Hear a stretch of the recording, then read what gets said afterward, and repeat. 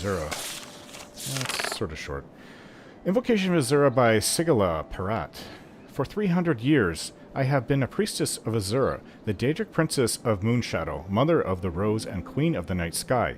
Every Hoggatham, which we celebrate on the 21st of First Seed, we summon her for guidance, as well as to offer things of worth and beauty to her majesty. She is a cruel but wise mistress. We do not invoke her on any Hoggatham troubled by thunderstorms, for those nights belong to the Mad One, Sheogorath, even if they do coincide with the occasion. Azura at such times understands our caution.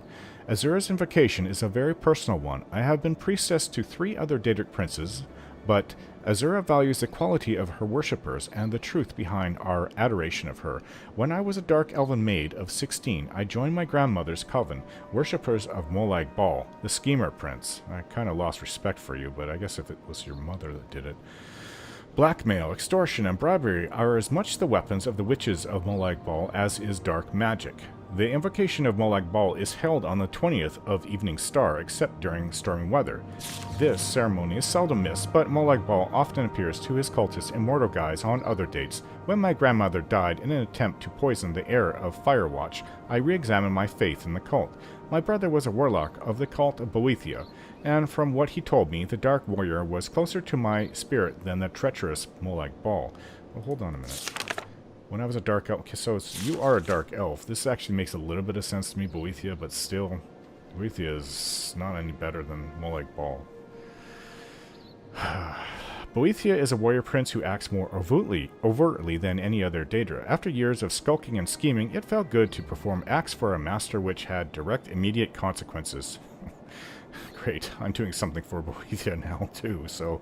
Besides, I liked it that Boethia was a Daedra of the Dark Elves. Our cult would summon him on the day we called the Gauntlet the Second of Sun's Dusk.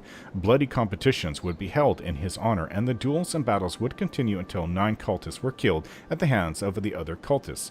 Boethia cared little for his cultists. He only cared for our blood. I do think I saw him smile when I accidentally slew my brother in a sparring session. My horror, I think, greatly pleased him. I left the cult soon after that.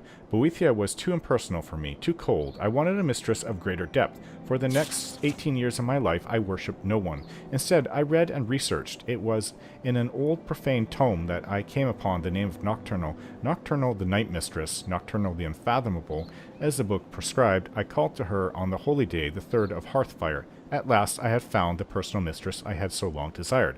I strove to understand her labyrinthine philosophy, the source of her mysterious pain. Everything about her was dark and shrouded, even the way she spoke and the acts she required of me. It took years for me to understand the simple fact that I could never understand Nocturnal. Her mystery was as essential to her as savagery was to Boethia or treachery was to Molag Bal. To understand Nocturnal is to negate her, to pull back the curtains cloaking her realm of darkness. As much as I loved her, I recognized the futility of unraveling her enigmas. I turned instead to her sister, Azura.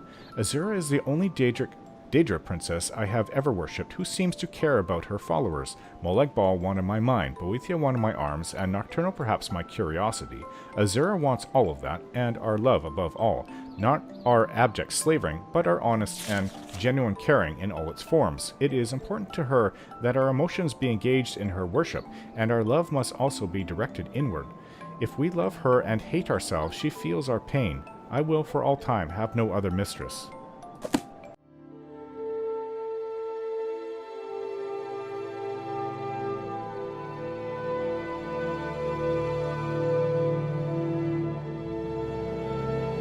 Don't forget to like, share, and subscribe.